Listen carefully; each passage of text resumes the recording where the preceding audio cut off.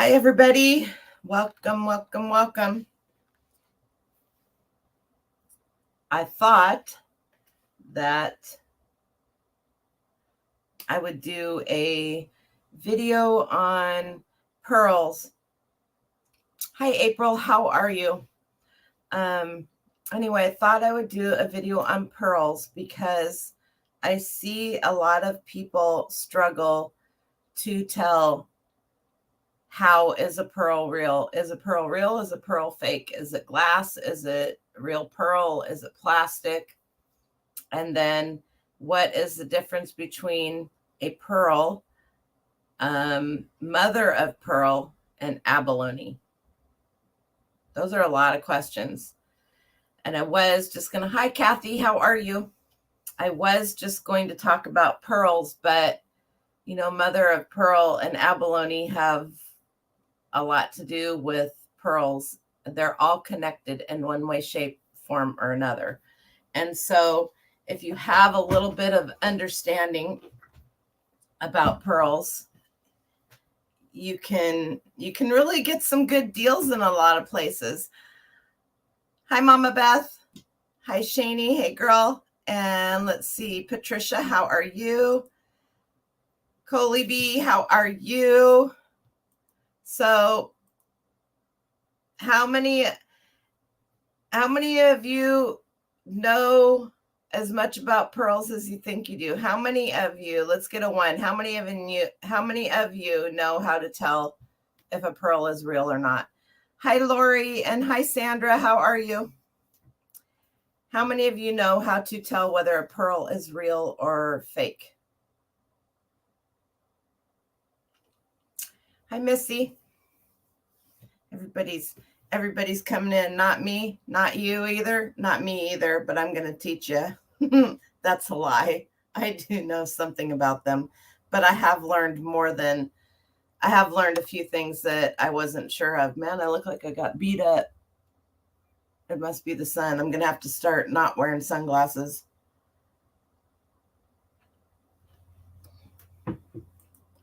I know very little so far. I can tell if it's a fake when I use my loop.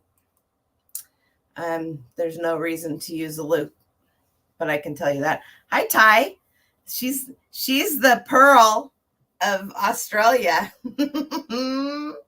Hey, girl, how you doing? I probably better turn this one down, but I'll set it up here just in case I forget to share, because somebody will let me know. I see nothing, I hear nothing, and I know nothing mode reactivated. Hilarious. Love you, Doug. How you feeling, buddy, by the way? So it's hard. It was kind of hard for me to decide where to start.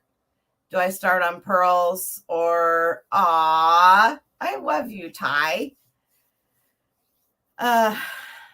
And look at you. You're like a pearl, the pearl of Australia. So I had a hard time deciding. Watch out. We got a black pearl in here. Hey, Todd, how are you? Todd only wants pearls if they have silver with them. That's how that goes. It's been a day, so I'll be lurking mostly. Okay, Doug. Thanks for saying hi. So what I think that I want to do is I want to start with a pretty good article that I found.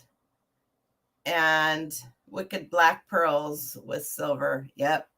Yes, sir. My Keurig died and I have a headache. First world problems, right? I need to get some cleaner and a paper clip, but it's not it's been heck. Coffee is my favorite drink. So thought I'd start with mother of pearl, because I have read about all of that stuff. I've loved pearls since I was little, and my grandmother gave me a string of them, and I had all of my things kind of sort of stolen. It's a long story, but I just see them as being stolen. When I had to come home from Montana and couldn't go, and didn't go back, and I lost all of my jewelry. I had my whole jewelry box, and I mean, not that there was anything expensive in there, but the things that you keep in your jewelry box that are mementos, right? Hey girl, how you doing, Kristen? So always did wonder who the father of Pearl is. Well, isn't that Triton, King Triton? I'm sure one of his daughter's names was Pearl. Or is he out of the picture? He just sits in his throne all day long and, does all that kind of stuff.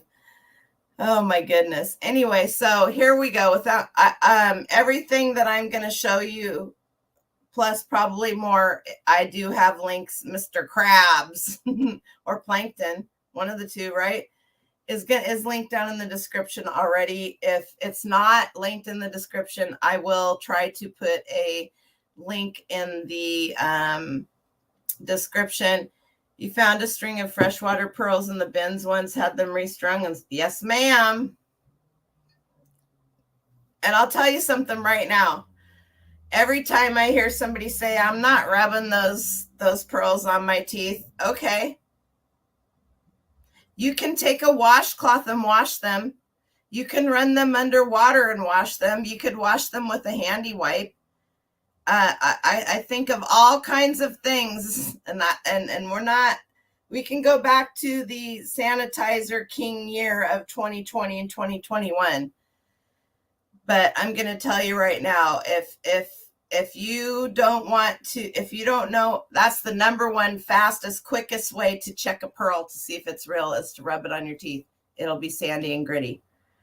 I'm going to teach you some other ways too, but if you are not willing to rub a pearl on your tooth, you can rub them together too, but you can feel it in a hot second. If you can't, I don't care where you are, if you're at the bins, garage selling, or whatever, almost everybody has wipes or something in their car, keeps them in your pocket. I don't know if you're going to look at jewelry. It's a real easy way to tell, but I'll tell you some other ways that you can tell without necessarily having to have a loop, because you have your phone on you. So you always have a camera. You can take a picture and enlarge. And I'm going to show, I'll rub anything anywhere if it makes me money. Oh my God. It rubs the lotion on its skin. Kristen, if you're still hanging out, will you drop your Let's Do Lunch podcast link for everybody that wants to remember Pearl Drops toothpaste? I do remember Pearl Drops toothpaste. Oh, that's hilarious. And you should look those up. They're probably worth some money if you can find some. Talked about that last week.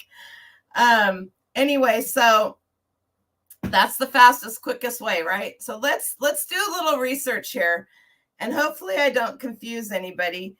And I may not be paying too much attention to the chat because I don't want to confuse myself and then confuse you guys, because there is some major similarities between pearls, mother of pearl, and abalone, even though pearls come from inside of a mollusk, and abalone is obviously a mollusk, but it's a different kind, and their shells are a lot different, with the girl that rubbed the tongue across her teeth.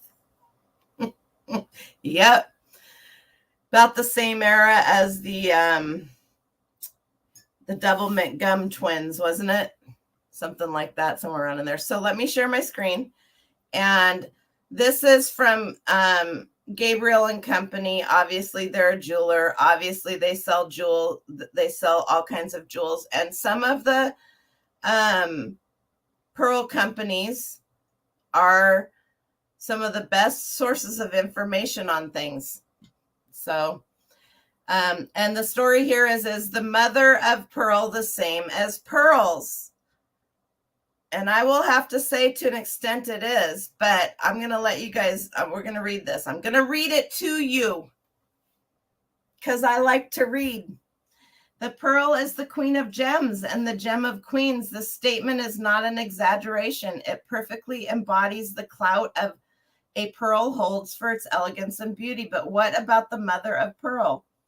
Is it the mother of all gems or the mother of all pearls, or a distinct type of pearl? This brilliantly dazzling iridescent substance is laden with an aura of enigma, owing to the many what's around it. Let's decode some of the mystery and go over everything you need to know about the mother of pearl. How is it formed?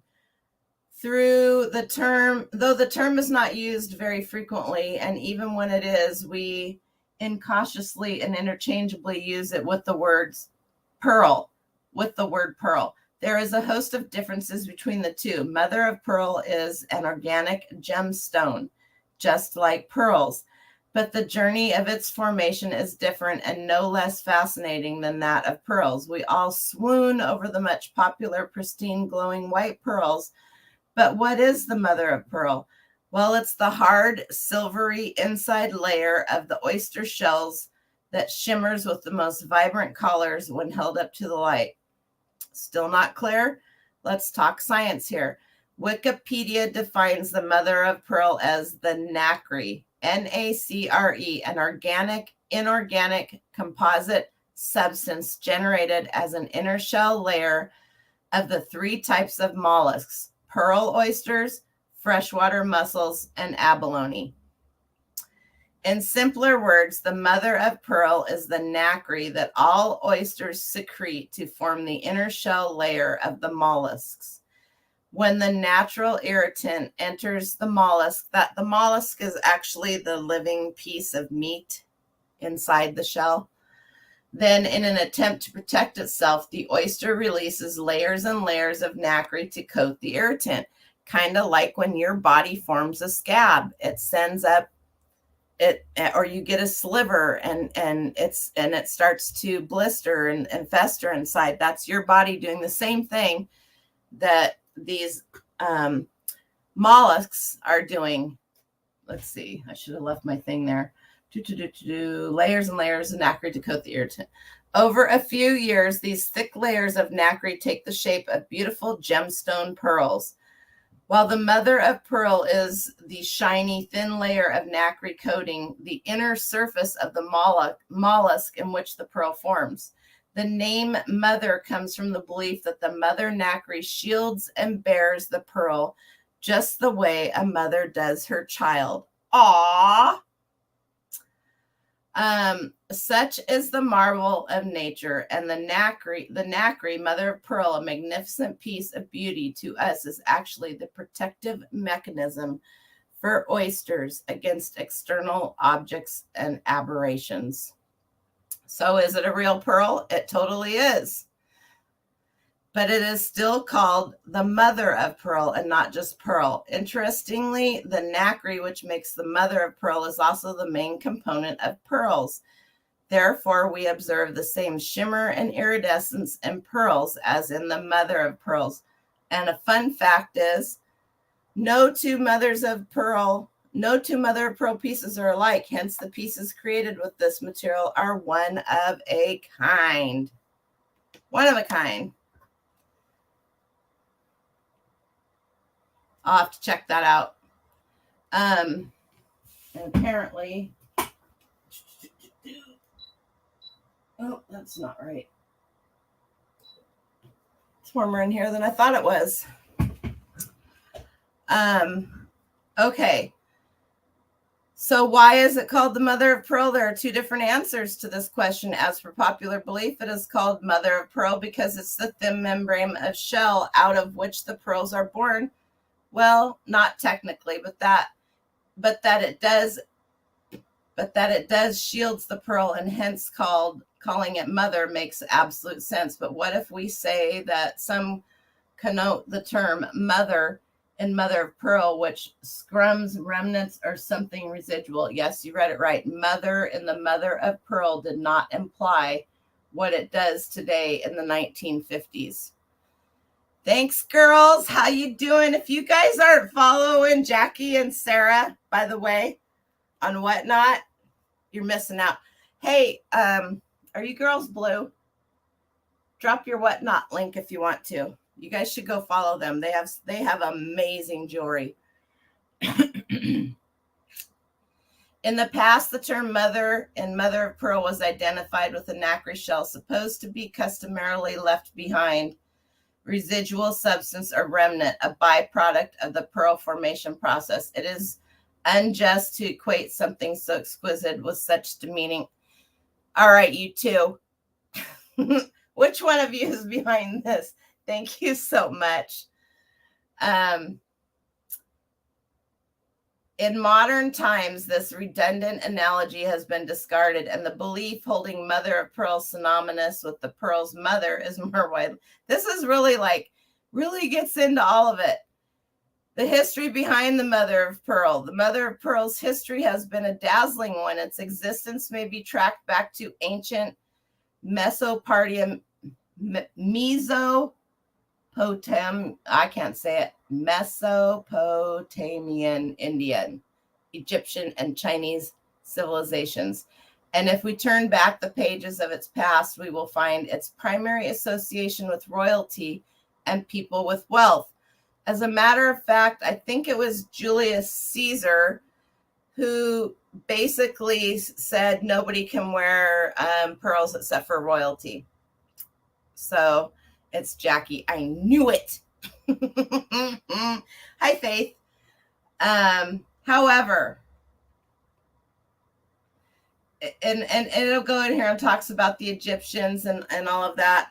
I will talk more about that. I'm not going to read all of this right here because there's more of that in the history of the pearls, because it's quite interesting to know the history of these things. It's easier to deal with them. The treasure hustlers are royalty. They are. The mother of pearl has a magical, mystical aura surrounding it, just like pearls do. It gives you visual serenity at first glance. The iridescent element was given several meanings and qualities in ancient cultures. It still has significance in gem symbology.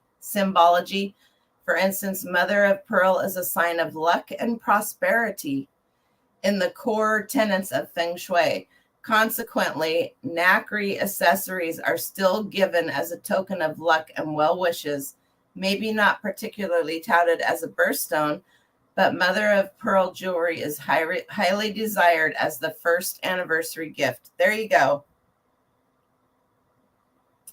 Hey, Josh. So I don't have any just plain shells of mother of pearl here. Let me do this real quick.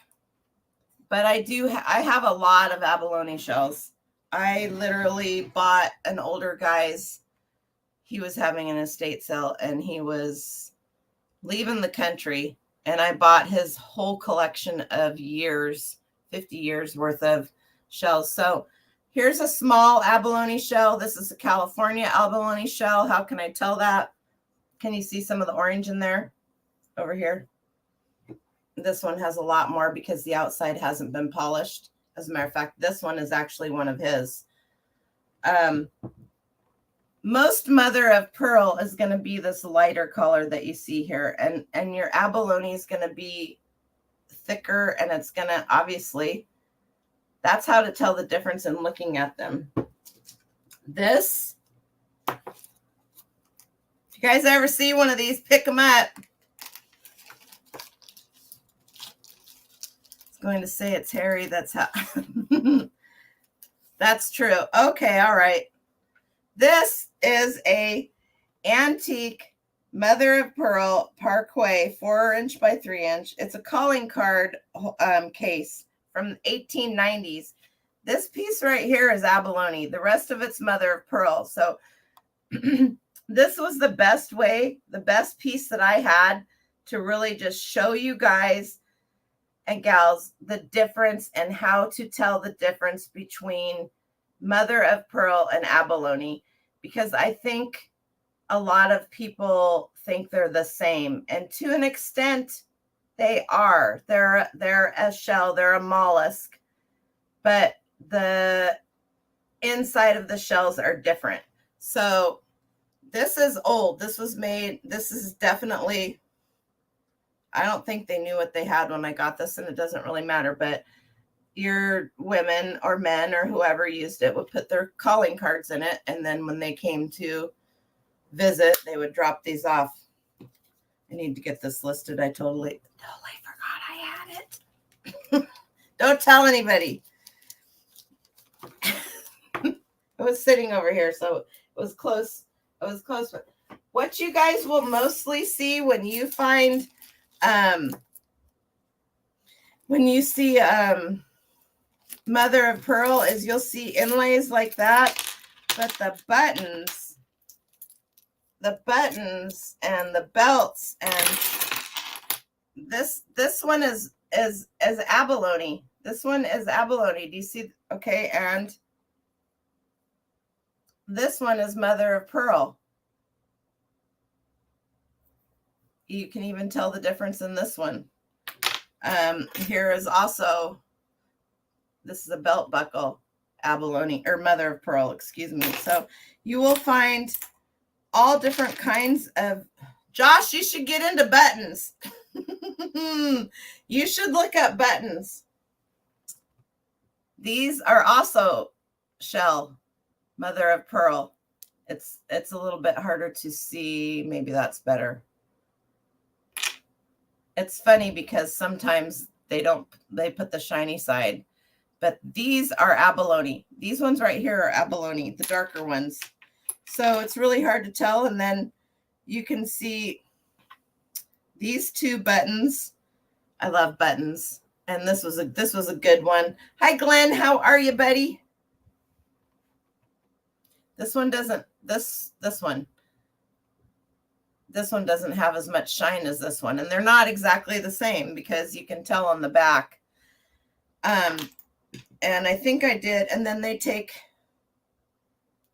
this is not, this fooled me. I wonder why this is in here. This is plastic. I can see the mold marks on the back of it. That's got to go. It's contaminating. They would take these shells and they did designs in them, right? Anyway,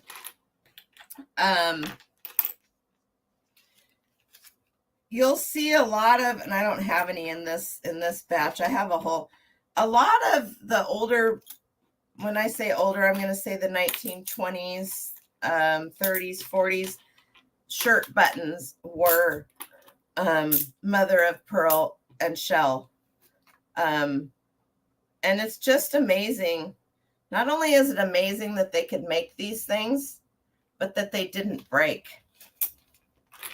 Josh's live was pretty good today, I will have to say. Anyway, here's the dealio.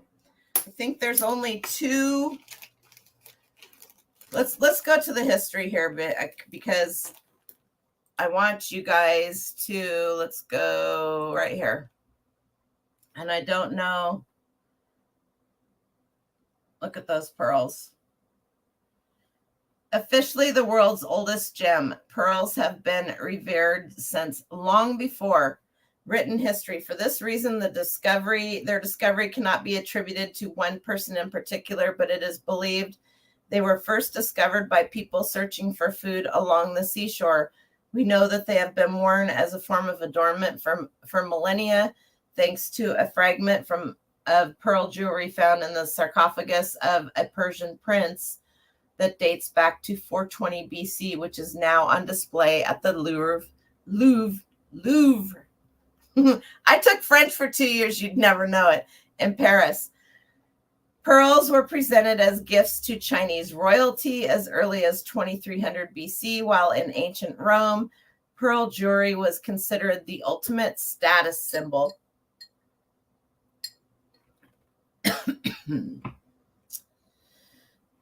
Excuse me.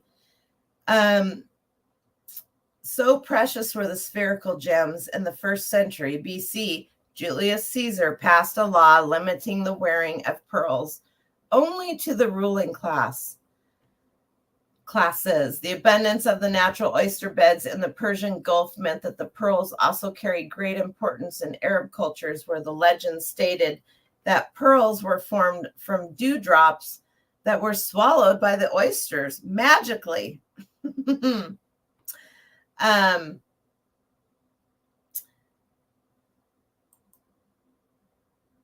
What? Oh my goodness. You and I need to have a conversation.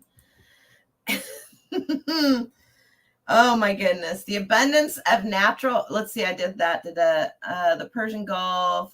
Before the advent of cultured pearls, the Persian Gulf was at the center of the pearl trade, and it was a source of wealth in the region. With such a long and ancient history, it is no wonder that over time the pearl became shrouded in myth and legend. In ancient China, pearl jewelry was said to symbolize the purity of the wearer, while in the Dark Ages, knights often wore pearls on the battlefield, believing the precious gemstones would keep them safe.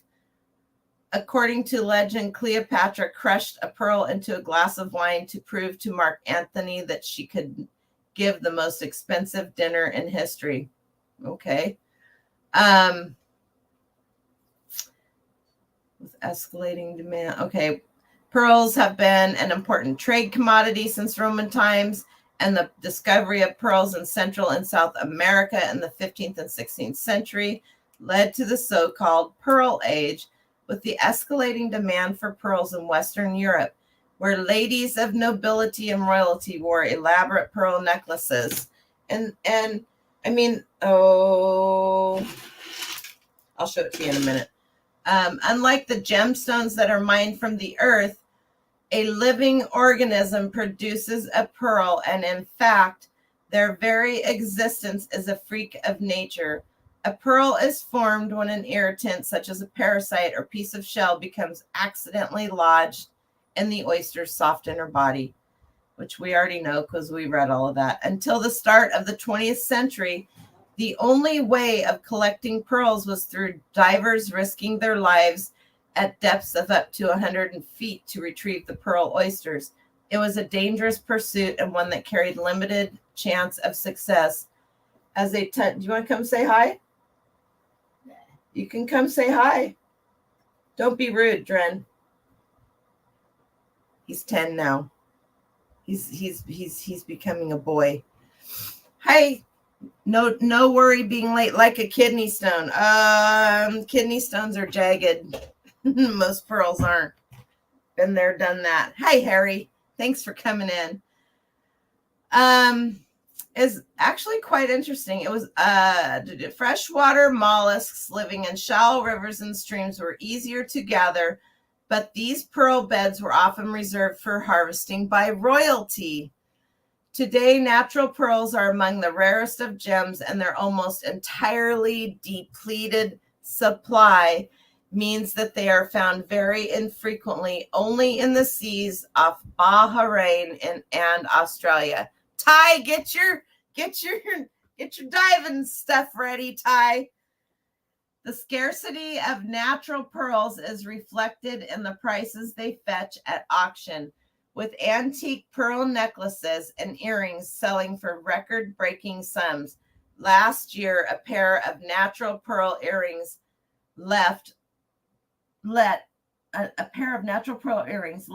which once belonged to Empress Eugenie of France, wife of Napoleon Bonaparte, set a new world record when they sold for $3.3 million at Doyle, New York. And there's more links in here that you can go. Elizabeth Taylor's famous La Pergnana, I think it's right here, this picture right here, sold for $11.8 million. Kikochi Mikimoto, the son of a Japanese noodle maker, created the world's first cultured pearl in 1893 by manually introducing an irritant into an oyster to stimulate it to form a pearl. The introduction of cultured pearls in the early 1900s turned the whole pearl industry on its head and caused the value of natural pearls to plummet. By 1935, there were 350 pearl farms in Japan, producing 10 million cultured pearls a year. Although Mikimoto had to constantly defend himself against accusations that his pearls were not real, excuse me, the scientific evidence spoke to the contrary. The cultivated pearls had the exact same properties as those formed in deep sea beds. The only difference was that they had a helping hand in getting the natural process started. Mikimoto's Akoya pearls are still used today by the jewelry house that bears his name and are renowned for their brilliant luster and rich colors, which range from white, cream, and pink to silvery pink. Pearls can be found or cultivated in fresh water or salt water, and there are several different types of pearls depending on what mollusk they originate from. Cultured freshwater pearls are produced mainly in China, and due to their abundance, they are more affordable than their saltwater cousins. Saltwater pearls include the aforementioned Akoya as well as Tahitian pearls, which originate from Tahiti and other islands in French Polynesia. South Sea pearls hail from Australia, Indonesia, and the Philippines. The latter is the largest of all pearl varieties and come in white, cream, or golden hues, with sizes ranging from 9 millimeters to 20 millimeters. That's pretty good sized. A Tahitian pearl is also known as a black pearl, although its color spectrum also includes gray, blue, green, and purple. Colored pearls were popular with both men and women as far back as the 17th century, and in recent years, these dark wonders of the sea have seen a revival with a new generation of fashion-conscious consumers embracing jewelry featuring colored pearls as an edgier alternative to the traditional white pearl necklace. Hold yourself back. Hi, Muriel. Welcome in. Hi, Marie. Baroque is a term applied to pearls that are non-symmetrical. A lot of people will like to call them freshwater pearls too, but see the shape in this ring that is gorgeous. So these pearls are not a consistent shape. They haven't been made to be a consistent shape. While perfectly round pearls have traditionally been the most coveted, Baroque, South Sea, or Tahitian pearls are often used in unique contemporary jewelry to great effect. Strictly speaking, oysters only produce pearls, but some gems that are created in other mollusks also qualify for this moniker. These include incredibly rare oval-shaped conch pearls and yellowish orange Milo pearls. These non-nacreous, that the nacre is what the pearls are made out of, right? These non-nacreous pearls are formed by a substance composed mainly of calcite, and while they lack the iridescence of nacreous pearls, their beauty is no less spectacular. Here's a Tiffany & Co. Masterpieces collection ring sets a golden pearl alongside two orbs glittering. That's very pretty. Their beauty is no less spectacular. Are you here to get a child? Yes. Okay. Have a good night. Better tell them to come give me a hug. Ranging in color from coral yellow to coral red, with soft pink being the most popular color. Conch shells are worth a lot of money too, you guys. Conch pearls cannot be cultivated and are only found in one of every 10,000 queen conch mollusks. That's a lot. I mean, as a result, conch pearls are incredibly valuable, and even a pea-sized gem can fetch as much as $120,000. Mikimoto recently launched a collection of conch pearl jewelry And the distinctive pink pearls have also been incorporated into jewels by the likes of Bouchon Jewelry and Tiffany & Co.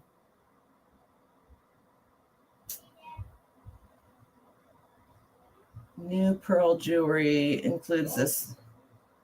So, I mean, it just goes on and on. Look at Yoko London 3-strand pearl necklace with South Sea, Akoya, and natural color pink freshwater pearls. So you have all the shades right there.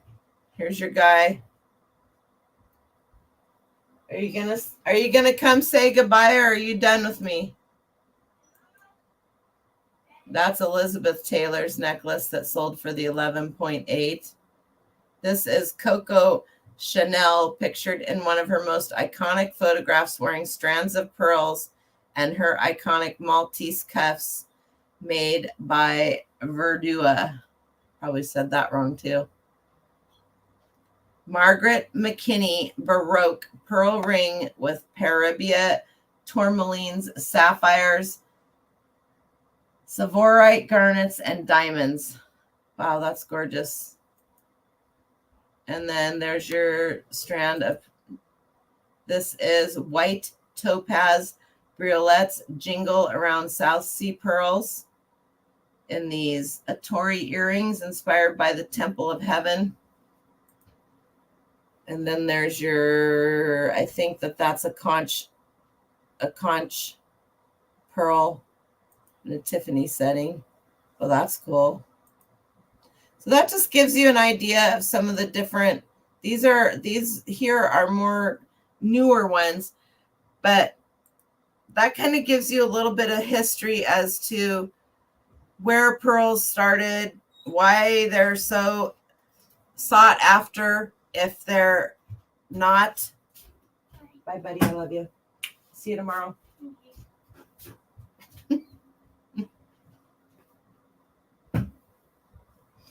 Oh, I will. He had to work late today. I will do that. So I think it's important to talk about the history of the pearl and the difference. Hi, Vintage Huntress. How are you? The difference between abalone and mother of pearl, which there is a difference, but there really isn't a difference, as we talked about when I read that, the first part. We can also look here. Better share that. I'm going to get yelled at. Differences between abalone and Apoya. I think that's right. Payua. Payua is, my understanding, what they call abalone in New Zealand and Australia. Abalone or Payua are common names for the large marine gastropod mollusk species of the genus Halitosis, we'll call it. That's not right. Haliotis. Contains over 100 species located around the world. These sea snails cling to rocks along the seashore with their large foot covered by a hard shell for protection.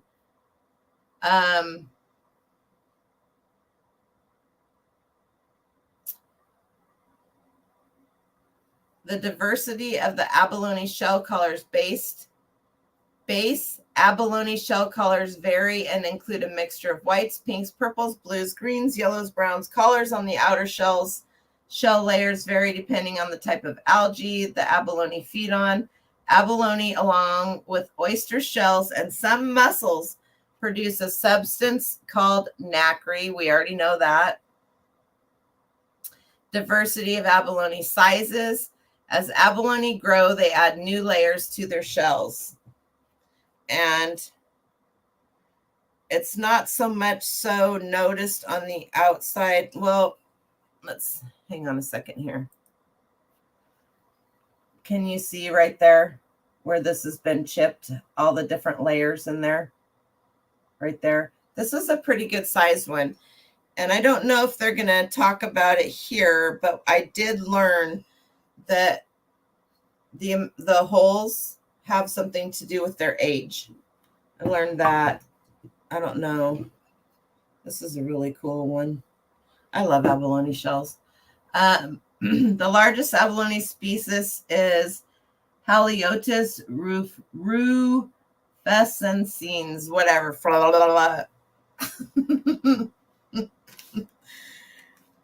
Which can reach a shell diameter of up to 12.3 inches. That's huge. Poya can reach a maximum size of 8 inches. Types of abalone shells. Is there, and it goes in and talks about some abalone have a corrugated shell margin while others are smooth. And also, I want you guys to understand, and another reason why I brought these, I don't know if this one, but I found this one in a free pile because somebody used it for saging. These come from California. See the orange? And these ones have been polished a little bit, but mostly they've just been cleaned. They're not rough anymore. So these were polished on a sanding belt. This one was highly polished. It was so highly polished that you can hardly see any of the orange shell anymore. So you can't always look at a shell being a novice like I consider myself to be and say, oh, that's, and then not only that, but these were lacquered. Can you see? You see that little drip right there? So they put a lacquer on these to make them more shiny, because this one right here even still has sand in it from the ocean. So it's amazing. I did a lot of research on abalone a while back when I bought that guy's collection, and I do have a bunch left if anybody wants to. I think I have like 25 or 30 of them left. Hi, Donna. So are round cultured pearls rated like diamonds, or are they value all similar? I'll get to that. Hi, Sherry. I will get to that, but I wanted to do a little bit of all three of them before we really get into the. I didn't do anything with the storage unit.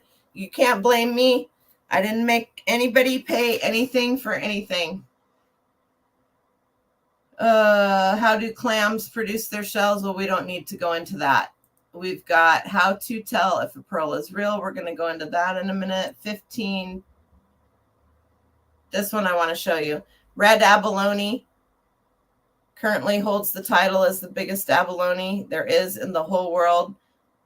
These abalones can be found in places such as Canada, Mexico, and California. However, a lot of them are mainly in California. And something that you guys should know, especially if you're selling abalone shells, is you need to read this endangered species in Pacific Ocean. And you need to read about the endangered species in the Atlantic Ocean, because there are a couple of different types of abalones that you cannot sell the shells anymore. It doesn't even matter. He can't get me fired up. Now you have a white abalone. All of these are all linked down below. So I'm going to go through these real quick. Black abalone. I still would rather say that as halitosis, but pink abalone, flat abalone, green abalone, pinto abalone, elegant abalone. I don't know who named these. Galapagos, as in the Galapagos Islands abalone. South African. This one right here. Where did my whole screen just jumped. This one right here, I believe, is on the endangered species. South African abalones are exclusively found in the surrounding waters of South Africa. The color of their shell is pale yellow with grayish. Some surface areas are more elevated. These shells do not look quite attractive as they are dull. However, these abalones are highly valued in the market. People have high demands for them. because the Asian consumers are willing to pay a lot of money to eat them. Thus, their population are highly exported to other countries. Thus, they're on the endangered species list, I believe. Sheep's ear abalone, green armor, squamose abalone. So I think that a lot of people hear abalone and they think of this one, which is the most common one that we see, right? Oh my God, are you kidding me? No. That's my problem. Let's go back up here. I'm going to scroll through these again. I'm sorry, you guys. Red abalone. Each year on their birthdays, special days, so on their wedding days, they have a strand of pearls to wear. Red abalone. Here's your white. You guys really should, if you sell, in my personal opinion, if you sell abalone, that you really should go read these endangered species acts and know which ones, especially if you're selling shells for the granddaughters. Okay. This is a white abalone, which almost looks very similar to this one, except for this one was just polished. And this is tiny. This is the size of my hand. This one is. It is not quite 7 inches.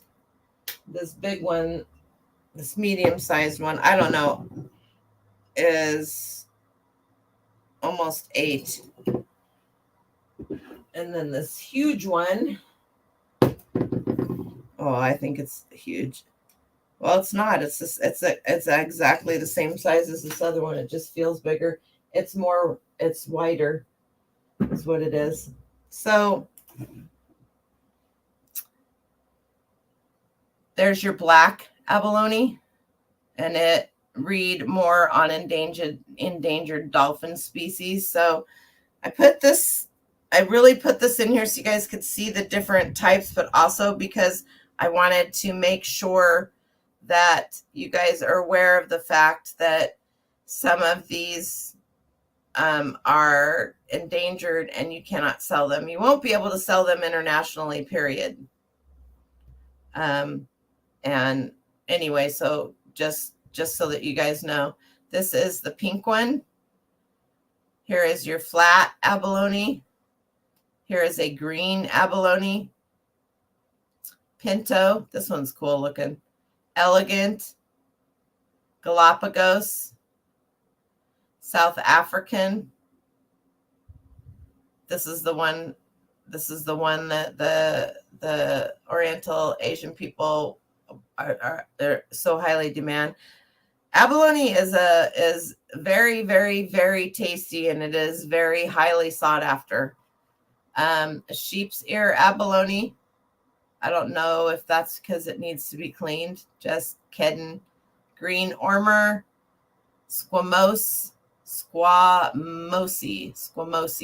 abalone, and blood spotted abalone, and then Hortali's abalone.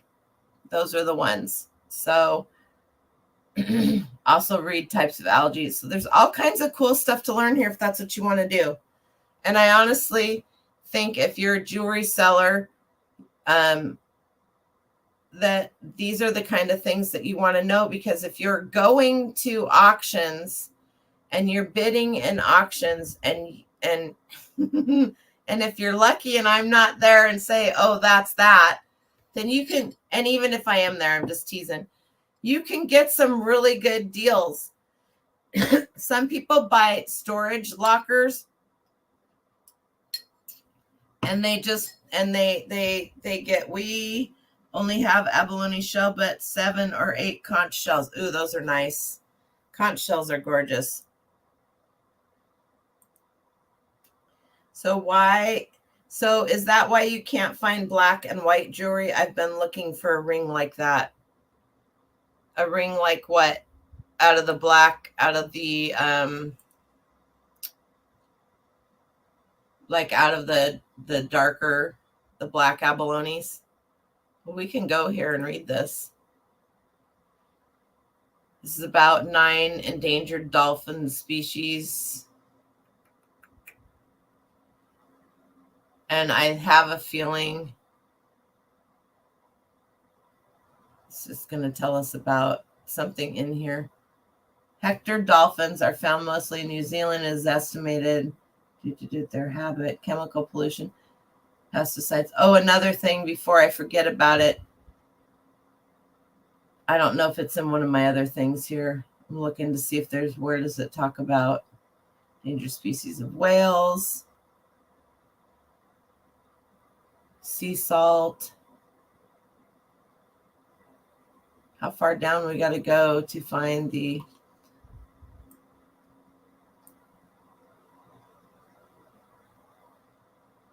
It's not going to tell us anything. So we want to go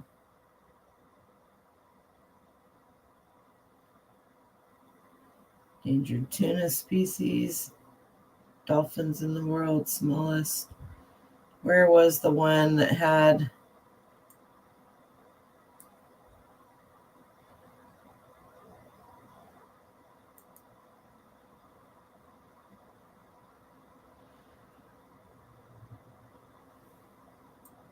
might be easier to just do this.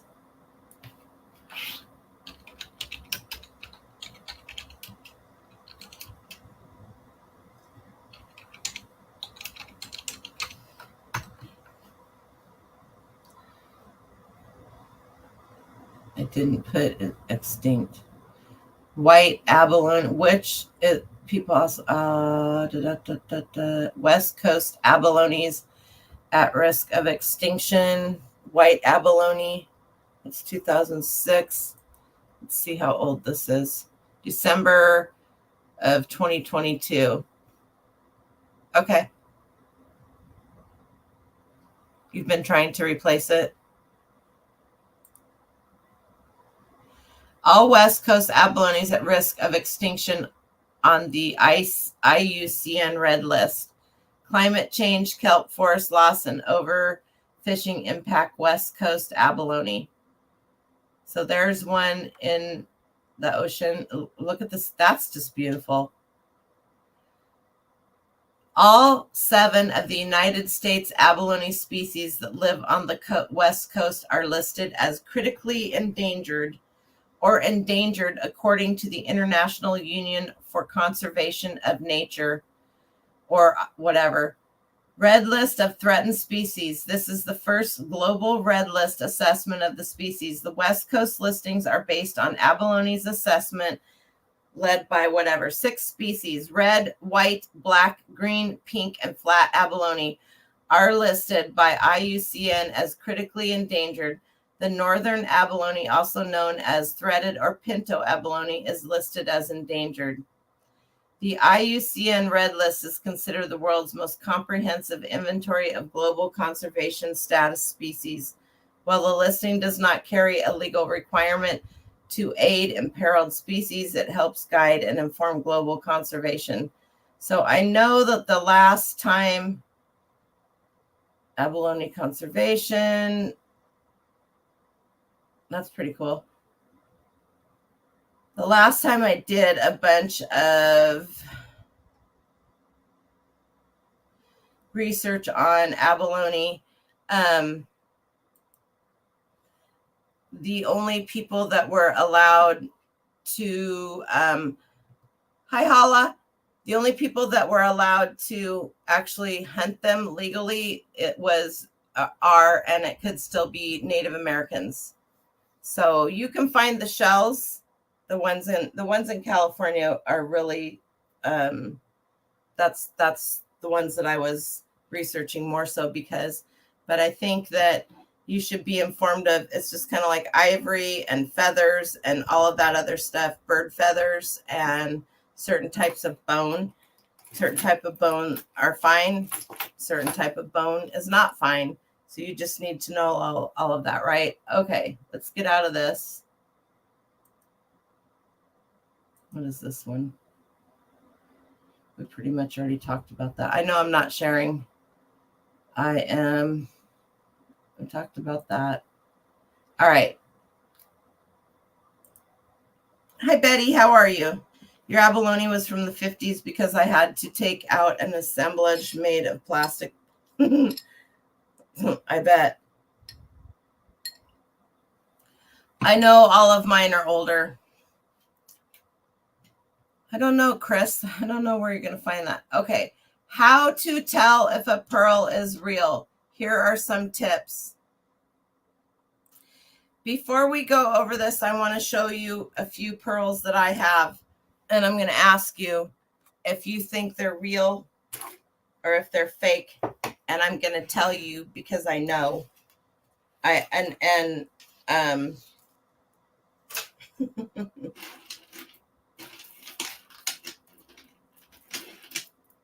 This is an amazing strand of pearls. And it is not knotted. It has a great clasp. Pretty cool clasp, right? It is not silver. I'm assuming that these were restrung at some point in time. What do you guys think? Real or fake?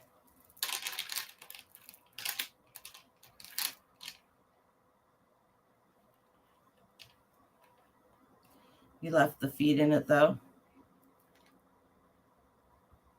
Oh, I'm sorry, Christy. There you go. Todd thinks they're fake. Anybody else?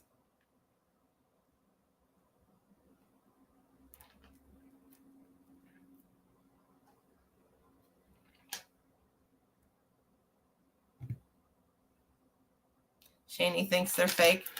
You guys are correct. They're fake. And I don't know if I can show you with this one. There is one really quick, easy way to tell if a pearl is fake without even doing the tooth test, right? And I didn't. These have all been mine for quite some time. And just looking at a strand of pearls and seeing that there's knots in between each pearls does not mean that they're real. That has nothing to do with that. That just has to do with the fact that whoever strung them was a smart person. Because having a knot in between each one of them just means when they break, you might only lose one, maybe two pearls rather than the whole strand. These are fake, 100%. One easy way to tell, and I don't know if you can, even on a tight strand, you can look right here. There's no way I'm going to be able to get it close enough to show you guys. You will be able to see where the hole is drilled, that either A, there's a slight amount of chipping, or B, you can see where the plastic is. And really, there might be a picture on this to show you. Can you guys see that? No. This is irritating. All right.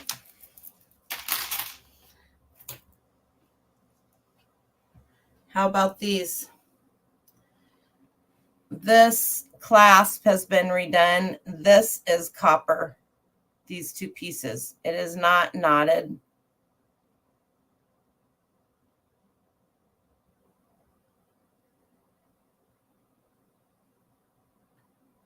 It's a really, really easy way to tell if a pearl is real, even on the glass ones. These are super dirty and they're old. And they are not real. They look it. They have been painted. And one way to tell is you can see, man, this is horrible. You can see where that's rubbing off, but you can also do the same thing here. You can pull them open, and these are even smaller than the last one, so it's not going to be good. Any plastic necklace that you have that has beads on it, you should be able to pull it apart and look and see that drilling in there. I have a necklace here that fell apart. This is gorgeous. I have all the pieces to it, and I'm going to put it back together, but I'm hoping that, I don't know any way to get this close enough to the camera and have it zoom in. Can you see there the end of it? On a real pearl, that is going to be a sharp, fine precision hole. This is not. You can really see when they drill these holes. Well, I can pull some of this off of here and see if that makes any difference. There is nothing. I don't know if that'll help. I scratched some of it off there. I don't know why this thing doesn't zoom in, but it is not going to show you. We'll see if we can find some pictures. Okay. I bought this in a jewelry lot on Whatnot, and it came with some other pieces that I just threw away. It came with all of these. There's 5 or 6 pieces in here, and there's some other pieces, and they just threw it in there because it's just a slip bracelet. It's nothing exciting. What do you guys think? Real or fake?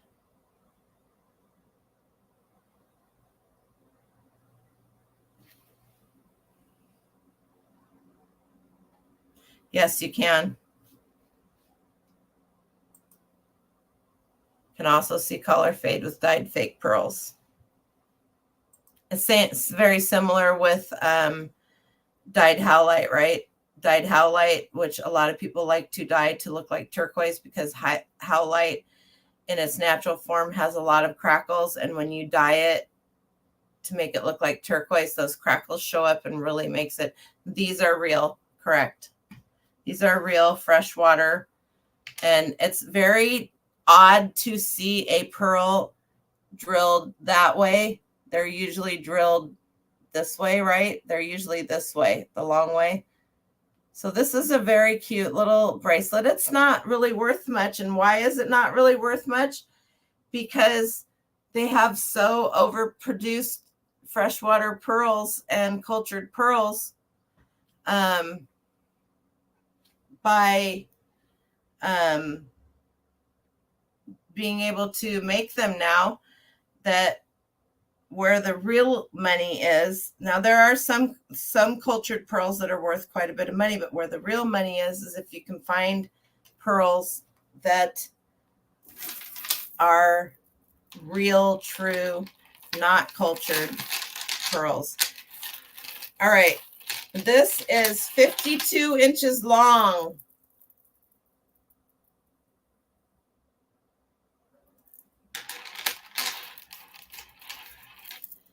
It's got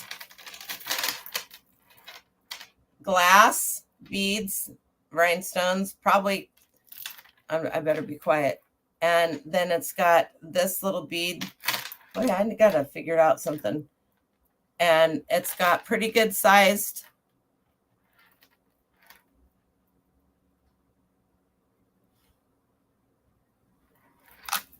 real or fake. If they're glass, holla, it's hard to tell. There's a lot of very nicely made glass pearls, and they will have a very similar weight.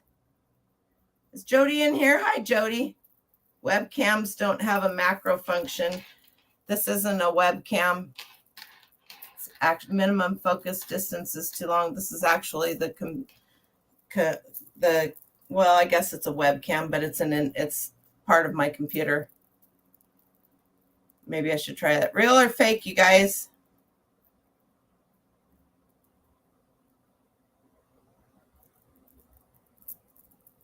Hi, Cindy.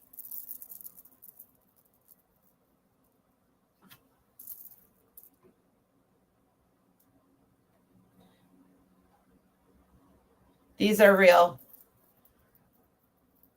Do you guys know I paid $2 for these because nobody thought they were real? I even showed them they were real. These are real. This is a 52-inch strand of freshwater pearls. They are, you guys have one of these? How you doing, Scott? I missed your show. They are about 8.3 millimeters. Let's see if we can do this so you guys can see. So lengthwise, they're about between, well, this one is 8. Yeah, this one is 8.4 millimeters, and most of these are about the same. Now, these, whoever made this, and it's probably not going to show up. These are individually knotted in between each one of these. Can kind of see it on that one. Just look up a strand. You were very sad. Probably going to cry myself to sleep. Meditation pearls are very popular. But pearls are people. How about value? It really depends on what they are. Now, if you can find, let's look here.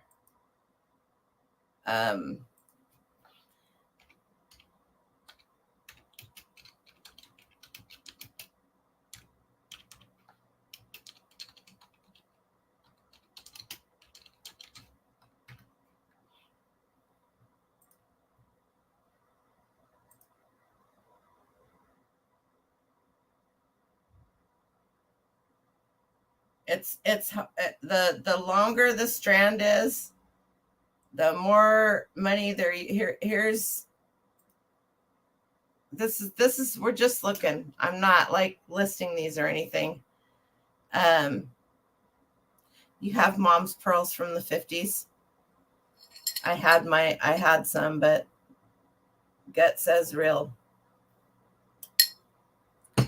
Apparently my internet says I am not here to help you. 52-inch strand, 52 inches, 7.5 to 8.0 millimeter double A white freshwater pearl necklace, $565. This is brand new. And then it goes down here. You can see the pearl types, pearl origin, pearl size, pearl color, pearl quality, pearl shape. So these are round. They're cultured. And cultured? Not only are they round and cultured, but they were done in fresh water, not in salt water. And so what would value on these? On which ones, Chris? You're going to have to probably look yours up yourself because I would have no idea without seeing them. Now, if you did this,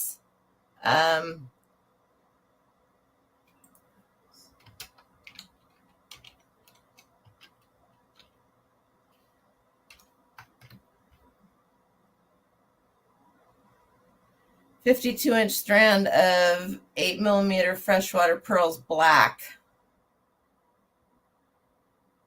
and gold.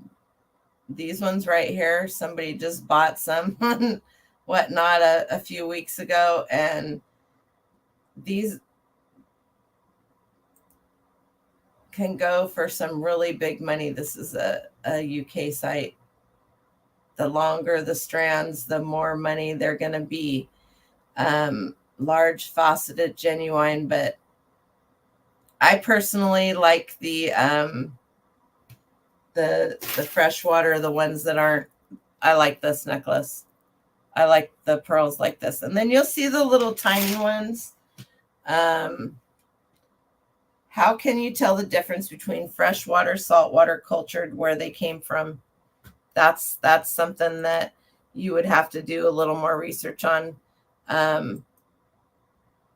Let's see if our gal here tells us, but I'm going to show you this. I have this box that I picked up at an estate sale.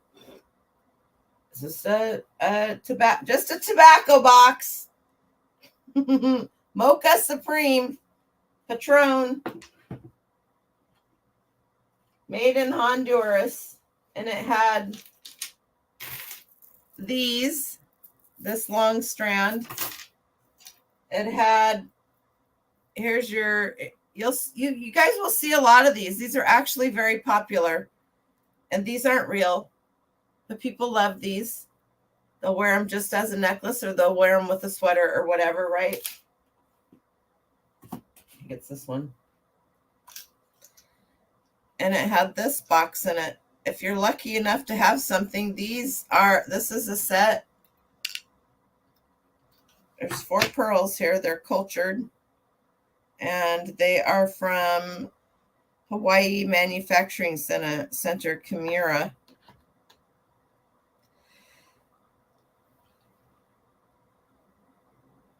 People don't look in boxes. And some people, these look fake. They're not. These are so gritty. These are probably some of the grittiest ones I have ever checked on my teeth. Hey, Chrissy, how are you? That's fine.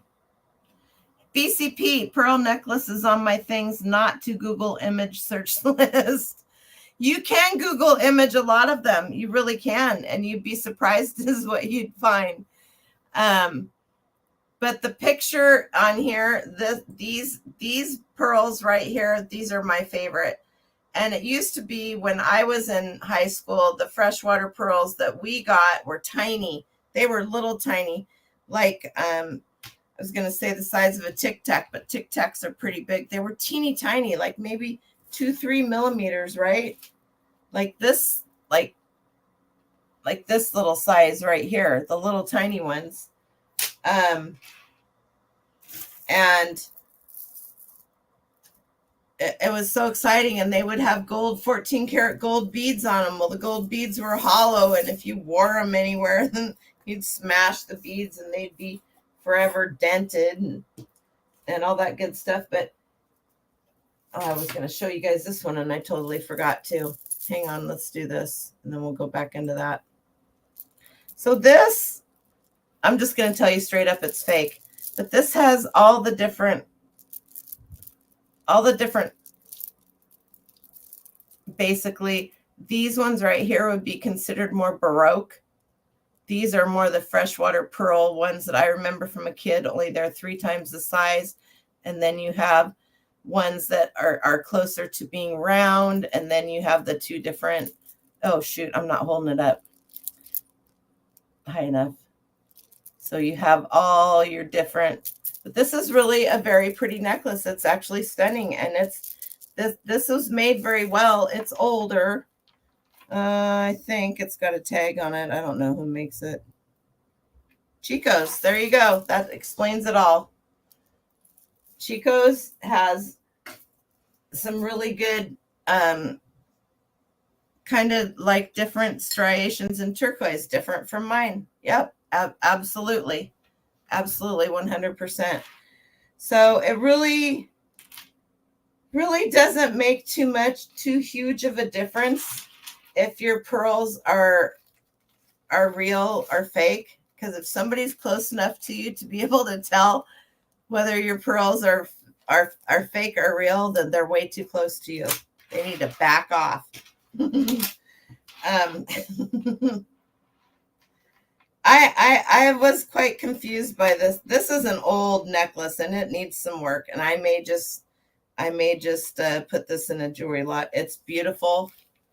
I actually did think about using it for an art project that I'm going to do. Oh, by the way, you guys should go check out Courtney's latest video. She did an art project, Courtney Bolo Buddies. She did something. I'm so proud of her. All right. Let's go into this one here. How to tell if a pearl is real. Here are some tips. Authentic pearls are stunning and valuable, but how to tell if a pearl is real?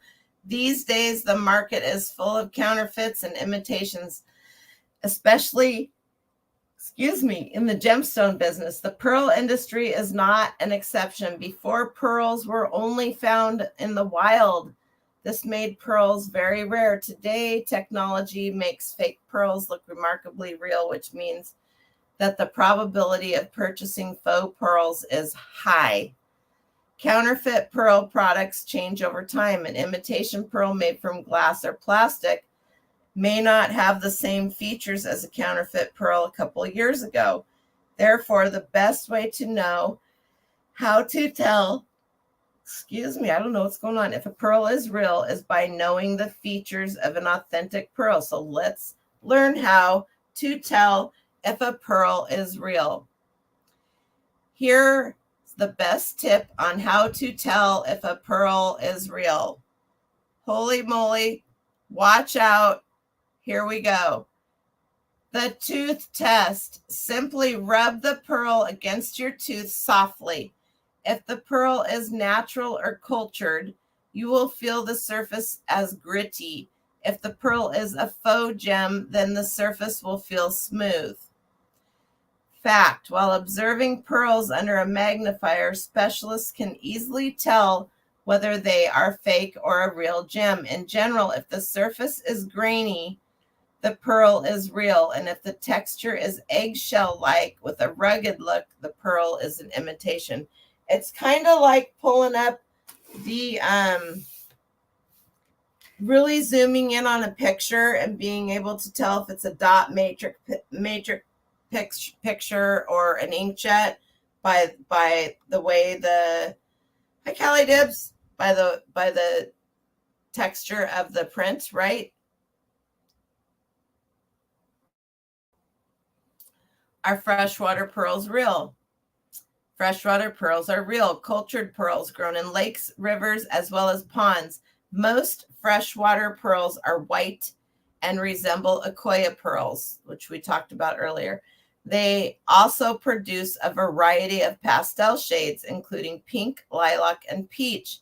These types of pearls are generally more affordable than saltwater types due to their abundance. Are cultured pearls real?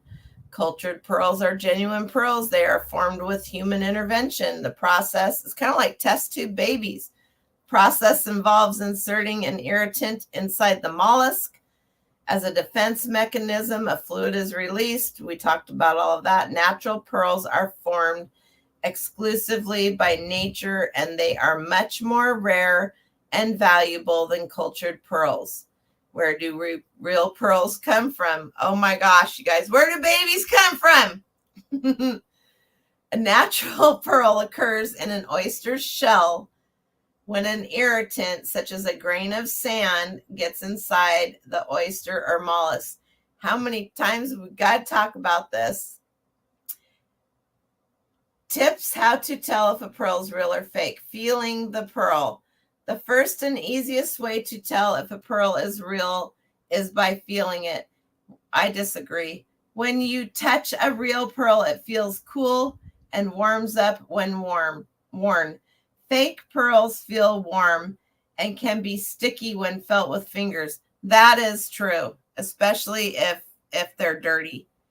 I think even a real pearl doesn't get that sticky, yucky, disintegration type feeling that a plastic pearl or even a glass.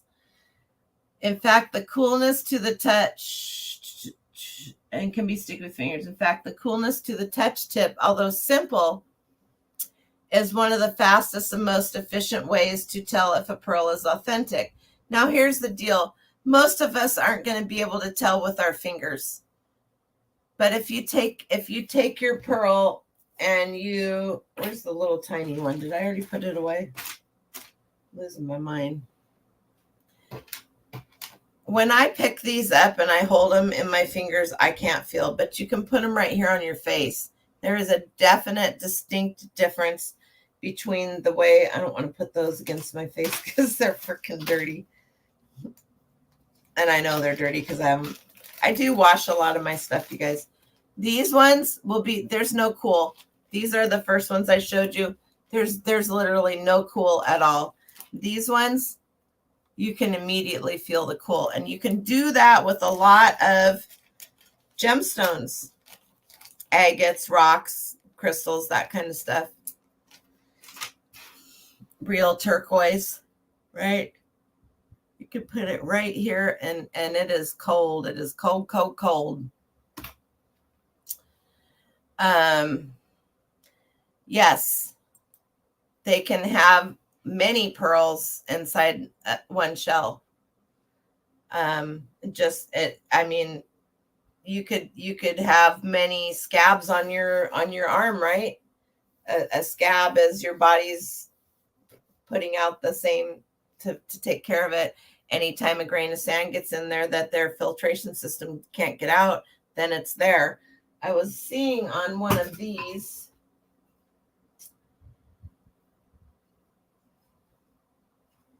that is not, I don't know if you guys can see. Can you see that long line right there? I think you can. Right there. Something got in there and it started to cover it up, and it did cover it up. So it's just not in the spot where a pearl would have been formed. That's pretty cool. I was noticing that earlier. But yeah, years ago, and I don't know if they still do them or not. That happens to you at the beach. You could have pearl parties. The hostess would come to your house, and she had a 5-gallon bucket, and she put an aquarium, a small aquarium or a bowl or whatever, and you got to buy an oyster, and she would open it up there, and whatever pearl was inside there. Oops, I almost lost me a button. Then you got that pearl. Now you could choose to keep the pearl like it was, or you could choose to have it sent off to the company, and they would put it in a ring setting or something like that. I have a Presidium gem tester, but no, it's not for sale. I use it. As a matter of fact, this is the one that you want to get if you're going to buy one. I got it plugged in. Let's see. This is what you want. The Presidium. They're not cheap. You've seen online pearl parties. Anyway, I found a 10 millimeter. It was almost silver. And she was like, if I were you, I wouldn't send this in to get set because you might not get it back. Anyway, but there's all kinds of ways, and I'm pretty sure if you went to Hawaii or China or any of the Asian cities, they used to have a game at Cedar Point where you could reach in and get a shell, and you got to keep the pearl. There you go. Your sister did pearl parties. How many of you did not know about the pearl parties? Told my kids to buy me this on my birthday. There you go. Hey, absolutely. Birthday, Christmas, Mother's Day. And really, Hala, if I were you, I would not buy a used one, because either somebody's selling it because it's not calibrating and working right, or somebody bought it used, like one of us, and doesn't know about it, and they're selling it. So my personal opinion, if you have the money to buy one, just buy a new one and have a warranty on it. So if something happens to it, then you're protected, because I feel like they're $400 or $500. I don't remember how much I paid for it, but it wasn't cheap. So let's go back here. Real pearls come in different sizes and shapes, unlike the counterfeit ones that come in basically one size and shape. And how do they come? The counterfeit ones. How do real pearls come in different sizes and shapes? Well, to get the perfectly round ones, they're putting a perfectly round ball, basically bead, whatever, stone inside when they set the grain, when they impregnate the mollusk with the grain of whatever. How's that? Real pearls do not look identical to one another. In fact, each is unique in its own way. Fake pearls will appear perfectly round and will have a very smooth surface, while real pearls will present slightly off round shapes and a grittier surface. Okay. This necklace right here kind of says no. They can take plastic and glass and make it into any shape that they want to, but you will see the more you, this is a good point right here. Every single one of these is the same. Every single one of them.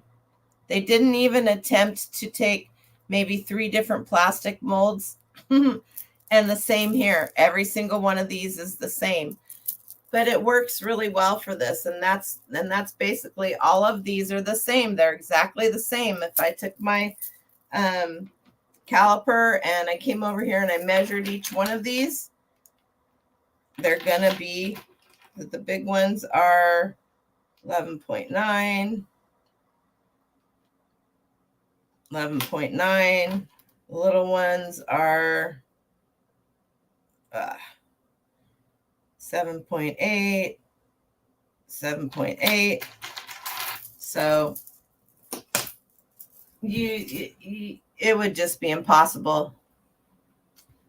It would just be impossible. You remember getting the largest pearl the day at SeaWorld? Oh, that's cool, Michelle. So we're still sharing.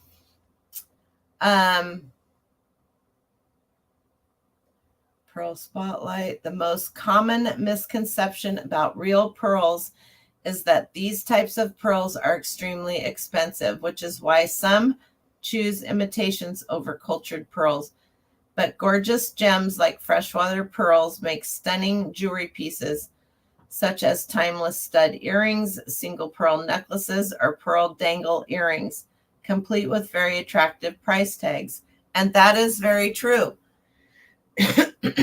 Because they have learned how to culture them, they're not as expensive as the ones that were naturally grown. And they do still have a few areas in the world, and I think I mentioned them. One is off the shores of Australia, where they do still have some natural pearl beds, oyster beds, so to speak. But something to note that I read about somewhere is that with the amount of global warming and the change in algae and the change in the heat of the ocean, and there, I can't remember what else they said, that the garbage and the why can't I come up with the word I want? Basically, getting a decent pearl out of even a lot of the streams and rivers that they were using, because of the contamination and stuff, that they're not growing, they're not as good as they used to be, right? Even the natural ones, we'll call those natural. For the ones that are farmed, we're just going to call those cultured pearls. But the natural pearls, and even the cultured pearls, some of them that they're using, the environment, yes, thank you, Kathy. Some of them that they're using, that they're growing using streams and ponds and lakes. The ponds and lakes aren't quite as bad, because I think they're probably more set to be used specifically for growing the pearls. But it's if you can find, and if this article here doesn't talk about it, we will find out how to tell the difference between cultured and the real ones. So There are two main types of pearls out there, saltwater and freshwater pearls.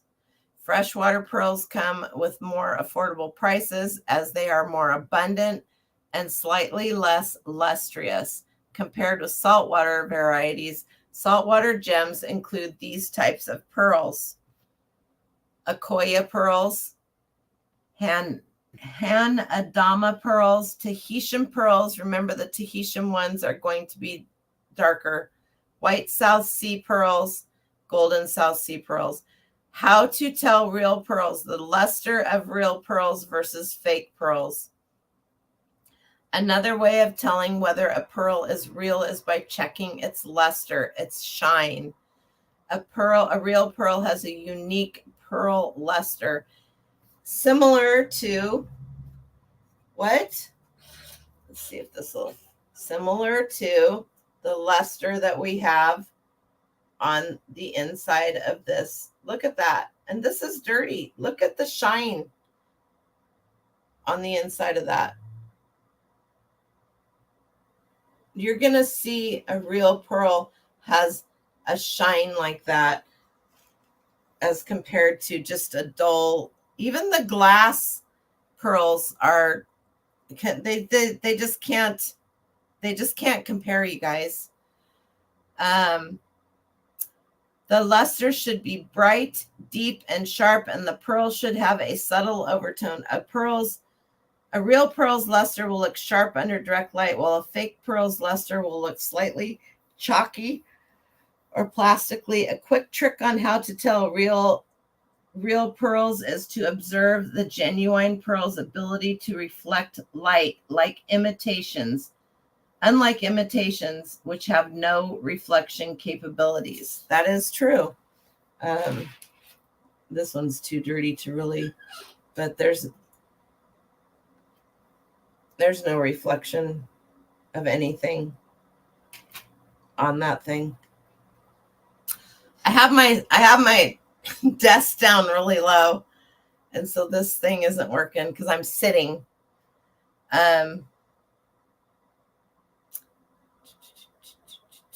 What is the tooth test? Well, we know that, but in case anybody came in late,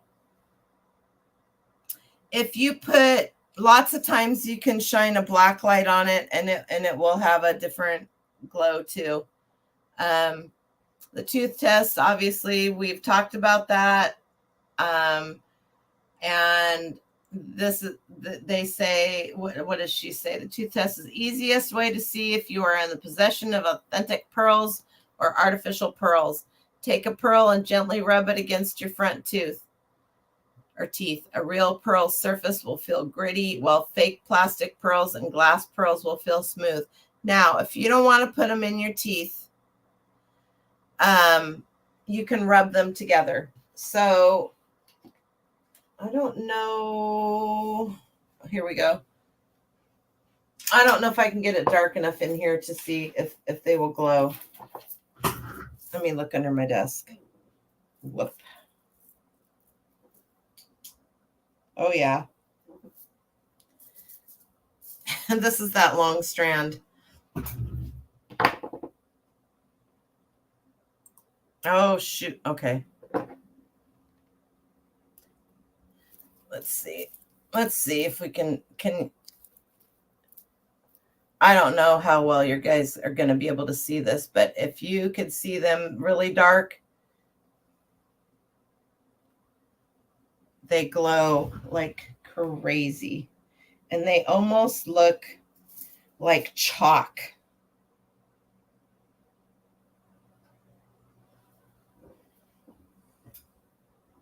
Need a box to put them in to give you guys, because that light's not doing much of anything. Anyway,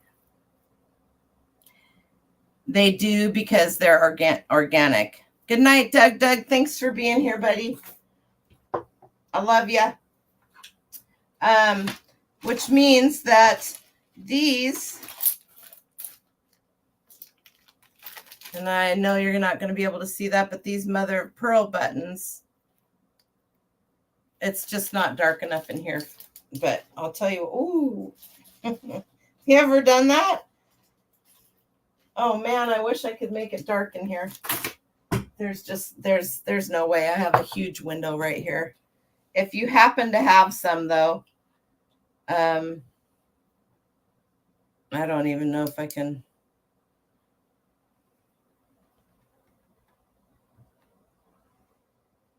Can you see that? Dun, dun, dun.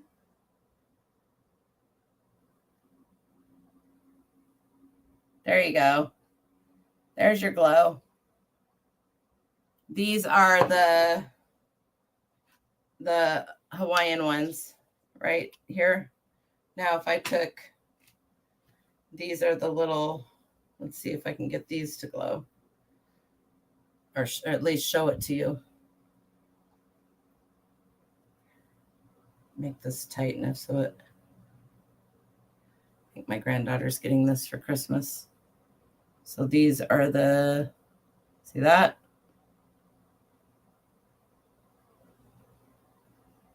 This is that little tiny, you know, this is probably worth about 19 bucks. It's a very dainty, delicate little bracelet, and it's one of those that somebody hand did. So that's really cool. If you didn't know that, now you do. Not a lot of people carry, I was going to see if I can find one of these that I could. Here's your mother of pearl. See how well. Your mother of pearl button. Here's a really pretty mother of pearl button. I have to look it up because I think it's worth, it's old. It's very old, and I think it's worth a bit of money. It's pretty sure it's sterling silver. Let's see the little tiny piece of mother of pearl. This is why I have a hard time selling buttons to you guys, especially if it's a jar I haven't gone through.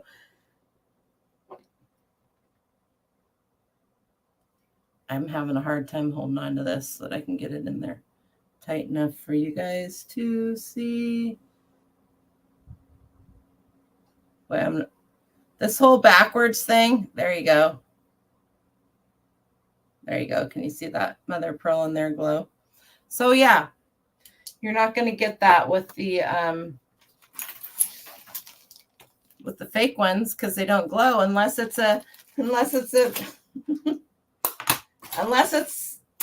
uranium glass, right? Unless it's a glass bead necklace that is just uranium glass. I don't know. And this isn't just,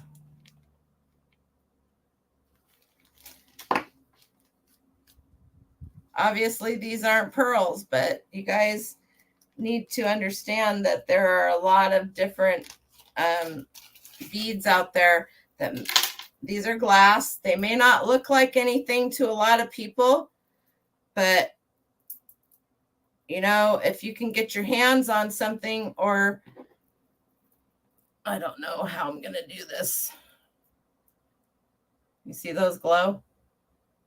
This whole strand is like that. And even the white beads in the center are glowing purple. Hi, Shannon. How are you? How's your listing challenge going? You guys don't know Shannon Pish Posh Reselling.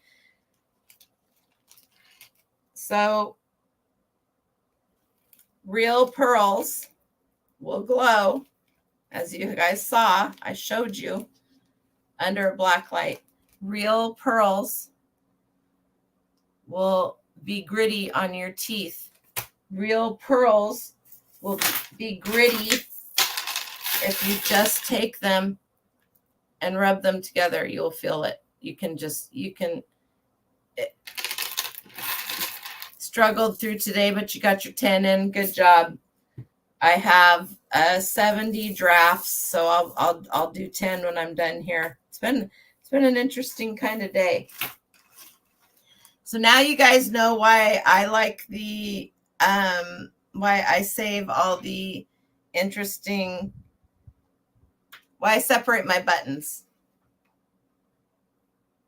The black light method is great if you can get to a spot, but also if you're somewhere and you don't want people to know that you know what you're going to have to be careful with the black light method. I mean, you got to pull that out of your pocket or do whatever. I have a little one that hangs on my keychain. This one I keep here. Good night, Beth. Thanks for popping in. All right, so let's go. There's some other ways. How to tell if a pearl's real, clear giveaways. Sometimes identifying real pearls is easy since there are many bad imitations out there. More often than not, all you need to do is inspect the outer surface for clear giveaways. Firstly, inspect the pearl's surface, especially around the drill hole, which is what I was trying to show you guys. I wish they had a picture. Somebody has one somewhere. Sometimes identifying real pearls is easy since, I already read all of that. If you spot any chipped paint around the hole, then you aren't looking at an authentic gem. The drop bounce test. This is going to get you guys. Fact is, real pearls bounce when dropped. To perform this simple test, drop your pearl from around 2 feet on a glass surface. You probably only want to drop it if it's just a pearl, not mounted in anything. Good night, Chris. It's Chris? Oh, it's Mom and Beth that's leaving, not Chris. Sorry about that. The drop and bounce test. So drop your pearl from around 2 feet on a glass surface. A marble floor will also work for this quick experiment. A real pearl will bounce at least 1 foot in height. A plastic one is going to bounce. Glass one, don't think that's going to bounce. How can you tell if pearls are real? Rubbing 2 pearls together, which I just showed you. Using fire to test pearl authenticity. While there are many easy ways and simple tests to identify fake, cultured and natural pearls, higher quality fakes require more advanced tests. A reliable method anyone can use to learn how to tell if pearls are real is a naked flame. When you burn a real pearl mildly, the pearl remains shiny, intact, and produces no odor. If the flame is consistent for about 2 minutes, the pearl produces a pop sound. A counterfeit pearl coming across a naked fire will produce a bad odor and loses its luster. It'll probably melt too. The acetone test. There are special chemical methods that can be used to find out if a pearl is real. A genuine pearl has a relative density of 2.373 and dissolves in hydrochloric acid. Counterfeit pearls don't react to hydrochloric acid. An authentic pearl is not affected by acetone solution. However, a counterfeit one loses its luster. And final thoughts. I would never do. You can see your jeweler looking at me to know why I'm dropping pearls on their floor. Right, Brett? And there you have it. There's your quick guide. Gives you ideas. But let's look and see. Let's ask this question.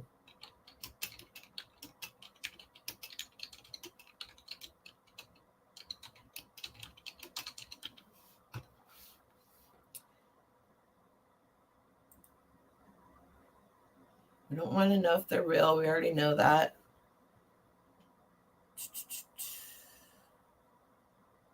This guy right here, I won't play him because you guys won't be able to hear him. Let's pull it up.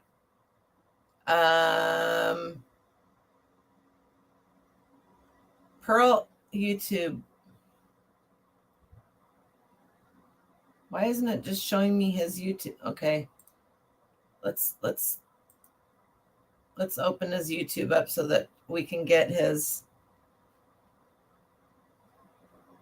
Pearls of Joy, a higher standard. Okay, I'm going to put his link in the chat. I have watched quite a few of his videos, and there's other people on here too that are showing their stuff. But he's a jeweler and has been doing it for years. So go since 2003, as a matter of fact, it says right there. Go check him out. Most of his little videos are what 1 minute. They're tiny, and right here he's showing you how to do the tooth test. By the way, so he's a good guide to fake versus real. That's not what I want to know. I want how to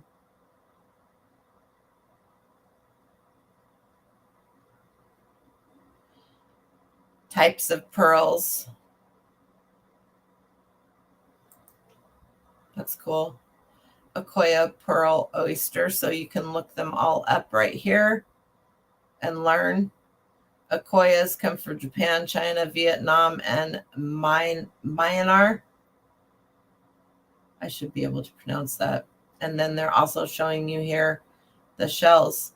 Once the pearl is done, 1, 2, 3, 4. Who asked that question? Immature pearl oysters usually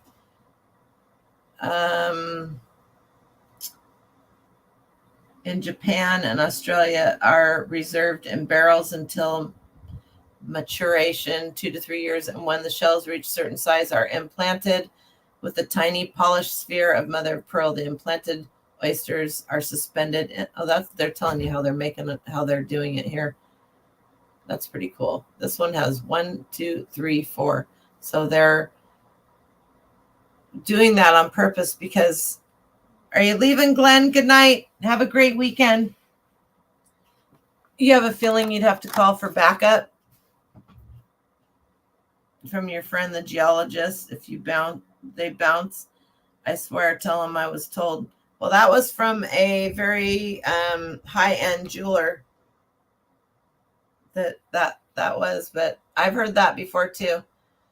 So, how to tell where your pearls came from is not a question that I can answer, unfortunately, without doing quite a bit more research. So you're either going to have to know because they're yours and they were given to you or they were passed down, or you can take them to, who was it? Somebody here, one of these links that I have, and had links for all of the, wasn't this guy, all of the certified jewelers in the United States that dealt with, might be in one of the links that are down below.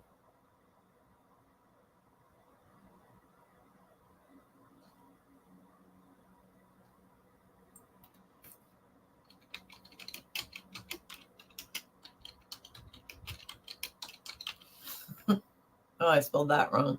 Where did my pearl come from? How do oysters make pearls? We know that. We know that. We know that. Where do pearls come from? Same thing. Types of pearls. How are pearls formed? So, it's just a matter of spending some time doing this right here. And Google Lens will help give you an idea. Dropping them on the floor. No, they're not going to break.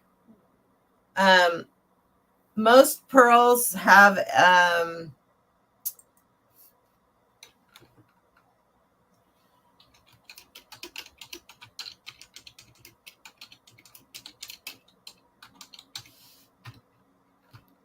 pairs. Oh, wow.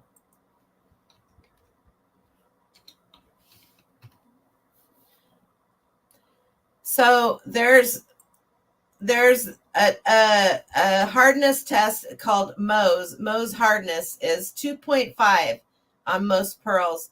So care should be taken care of not to scratch it. But not all pearls are at a 2.5. So let's go here and do Mohs. The Mohs scale of mineral hardness is a qualitative ordinal scale from 1 to 10, characterizing scratch resistance of minerals through the ability of harder material to scratch softer material. So, and I don't know if any of you guys knew that. Let's see if this one does. Mohs hardiness scale and pearls. When it comes to measuring the hardness of minerals, the Mohs scale is an effective method. This scale was established in 1824 by a German mineralogist and a geologist, Friedrich Mohs. What do you know about that? Sorry. Thank you. And since then, has been used as a reliable measure for identifying mineral hardness. The Mohs scale consists of 10 hardiness points ranked in order from softest at 1 being talc to diamond being hardest at 10. Each number on the scale can be compared with another to determine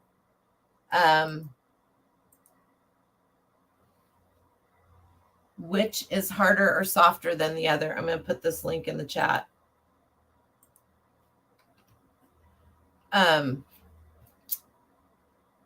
For example, diamond is much harder than quartz. Therefore, diamond is ranked higher than quartz in the Mohs scale. Table of contents. Anyway, so then it'll go down here and it'll tell you this is a good thing to know too. This is a good thing to know if you, not only if you're not a jewelry seller, but if you're wanting to know about things when you buy them, because the more you know about things, about jewelry and gems and stuff like that, especially if it's something that you really truly enjoy. I like buying it. I have a ton of it. I need to start selling it. I will soon. As a matter of fact, I just found a bunch of Trifari that I apparently had hidden away. I need help. But the more that you know about the different kinds of gems, the hardiness scales, the colors, the clarities. How about gold? You have gold. You have 14 karat gold, 18 karat gold, 22 karat gold, 24 karat gold, gold plate, RGB roll. Wow. 14 karat R rolled gold plate. RGB is what it'll say. And then there's other ones, different phrases. So the more that you know about all of these little things, then the better off you are when you're going to just purchase for yourself, whether or not you're picking something up. If you're a reseller, or picking it up for somebody else. And it doesn't take much really to learn about these things. Some people learn better when other people teach them and tell them this thing. Some people are very visual. They need to read it for themselves. And some people just enjoy learning from other people. I enjoy teaching other people and sharing my knowledge because I feel like for those of you that don't know, I have a photographic memory, and I also have a problem that I need to know what I'm selling. I don't want to sell something that I don't know what it is. And even though you guys will very seldom ever see me wear jewelry, well, I guess I have a nose ring. That's about it. And most of that is because I was raised on a farm, and I have worked in heavy production, welding and building semi trucks and that kind of stuff where you don't wear jewelry. So as much as I love it, I do know a lot about it. I don't know anywhere near anything about a lot of, there's so many things to learn. I think jewelry is a huge thing to learn. Hi, Dee, how are you? So, it's a lot of the costume jewelry is very inexpensive when you're outsourcing, if you're a reseller. And if you're not a reseller and you're just going to estate sales or garage sales because you enjoy doing that, then this is a good way to learn about that too. And that gives you an idea of what something might be worth. But I'm doing good. Are you on tonight, Dee? A fake set of pearls for cheap. And look, yes, buy a fake set of pearls for cheap. And if you can find something little like this, that I mean, I don't feel like I got one over on I don't feel like I got one over on anybody on this. And until they're in your hands, you don't know. Until they're in your hands and you can feel them, or somebody specifically shows you, right? So buy a cheap fake set of pearls and look and study the flaws. Once you get a real strand and study it, you'll see the difference. And no, go to a jeweler's. Go walk into a jeweler's and ask them if you can look at a strand of pearls and hold them in your hands. They'll let you. I mean, don't go in there dressed like this. They may look at you and think that you're going to walk away with their stuff. But it's a really quick way to learn and to be able to feel and know, because this is a jeweler's, that their stuff is going to be real, right? Go. You might pop on. Oh, I bet you have. It's a really quick way to go and see and feel and touch real pearls if you've never had the ability to hold some. Yes, another good reason to find and make friends with a locally owned jewelry. A lot are so friendly, and they do, and they're so helpful. And if you can find somebody that's local to you that has a shop, and you find jewelry, lots of them are gemologists, or they have a contact with a gemologist, but lots of them are already. And for a small fee, you can take a lot of your jewelry in there and they will appraise it for you. And then you know what you have. So I read something about how shoppers are treated when they go in luxury stores dressed up versus dressed down. Oh, I bet. It's crazy, but I would actually walk in just like this because this is how I dress. This is so, I don't know. I don't think I'd ever go to a luxury jewelry place, but most of us have a small town jewelry store that is owned by somebody. There's somebody out there that you can find that has their own business that would be, have you seen Pretty Woman? Right. Anyway, so dress down, receive better service. You could be right. That probably is right. I'll say, do you pay?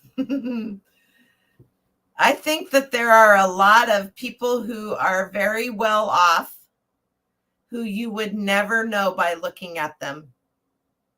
You would never know. You would never know by the car they drive or what they wear. And you may not even know by their house, because they're just, in their minds, they're just normal, average, ordinary people who have money. And those are the kind of rich people that I like. Because they're real, they're not out to prove something. So find some stuff. I'm telling you what, where did that thing go? This was, would you guys have picked this up if you'd have just seen it sitting on a table? I think it was the last day of the estate sale too. They didn't, I was trying to remember if I wrote on here where I got it. I'm usually pretty good about this. This is sad. This is my sad, sick obsession with myself that I do the research on stuff and I haven't got it listed yet. That's ridiculous. Yep, the movie Pretty Woman was definitely spot on with that. So look for these things. Look for these things. Teachers are among the top millionaires in the country. Teachers are? I don't think so. Is that a fact? Is that a I don't think so. I know a lot of broke ass teachers, but I've been wrong many times before, and I'm happy to eat my words. Anyway, so go out there this weekend based on a study of over 10,000 millionaires. Yes, people like me want to buy them and can't find them through search.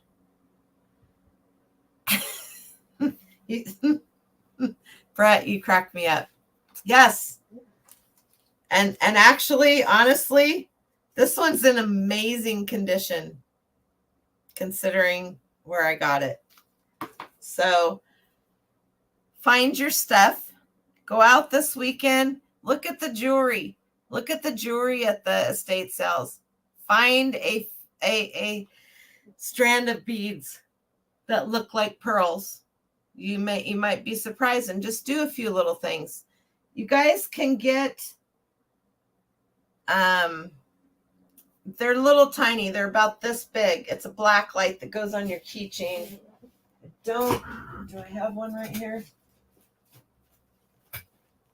I bought a bunch of them. I don't know where I hid them.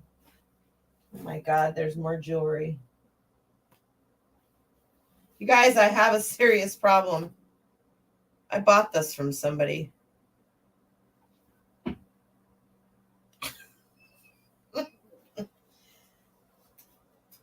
Anyway, the little black lights are tiny.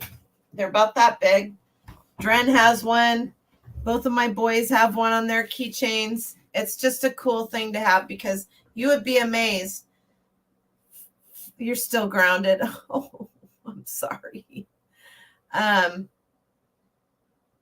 Maybe a highly paid university professor. Yeah, that's kind of what I was thinking too. Marbles, sea glass, pearls. I believe, is it rubies or garnets will also glow. So it is just, it's in my mind, if you don't have a black light with you, then you're not a real reseller. I'm just kidding. A black light is just an amazing thing to have, and you have your keys with you anyway, so you don't need one like this or big huge one. You want to be kind of inconspicuous. I bought a whole bag of them, like 25 or 50 of them for $25 on, well, the seller that sold them on Amazon also sold on eBay. Did you just call me Marbles Sea Glass? There's your resident expert on that, on marbles right there, Miss Amy Evan Owens. So I think it's very beneficial. I used to hand them out to my estate sale people, the people that were running the estate sales, and people would look, other people like you guys are all probably going, why do you want to alert them to this? Because first off, their most important thing for them to do is to sell the items for their clients so that their clients can get the money, right? If you need an expert for marbles, Dee, this girl right here is your girl. And she is on Instagram. And that's the best way to get. Amy, follow Dee on, She's on YouTube. She's on Instagram. You're on Instagram under D Archivist too, aren't you? And Whatnot. Amy, go watch some of her Whatnot. You'll like her. So yeah, Amy knows about marbles. Amy's my marble girl. She's not a Barbie girl. She's a marble girl.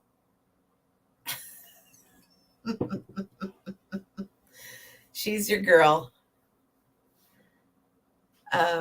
Anyway, so there you go. All right. If you have any more questions that I can do some research on, come back and put them down in the comments. And if I don't know it, I'll research it because I need to know it too. So I don't mind doing that stuff. But go buy somewhere, somehow, find yourself a fake set of pearls and go steal your grandma's so that you know which ones are the real ones. Make sure you put them back when you're done stealing them or switch them out. I don't know. I'm not here to cause family problems. I'm just giving you some ideas. So there you go. If you can find real old vintage or antique pearls that are before when was it that he started making pearls in the 1920s? I think that's when the cultured pearls started. So anything 1900s, we'll just go for there and down. Thank you, Kathy.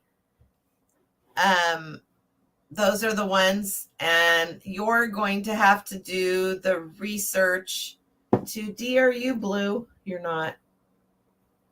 Hang on. That way you can, that way you can drop your links.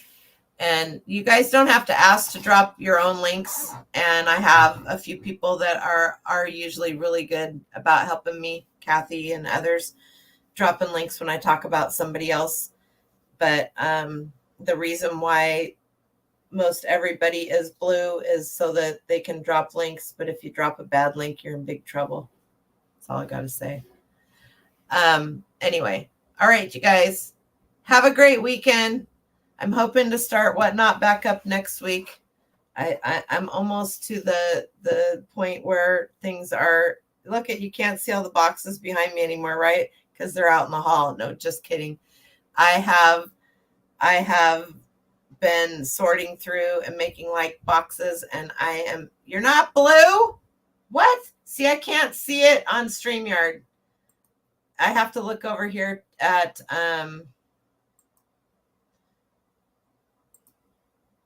there. I can't talk and do this at the same technical stuff. I have to look over here at there you go. You're blue now. Just like a Smurf. All right, you guys, have a great evening. Watch my Instagram and you'll know when I'm coming back onto Whatnot. Talk to you later. Bye.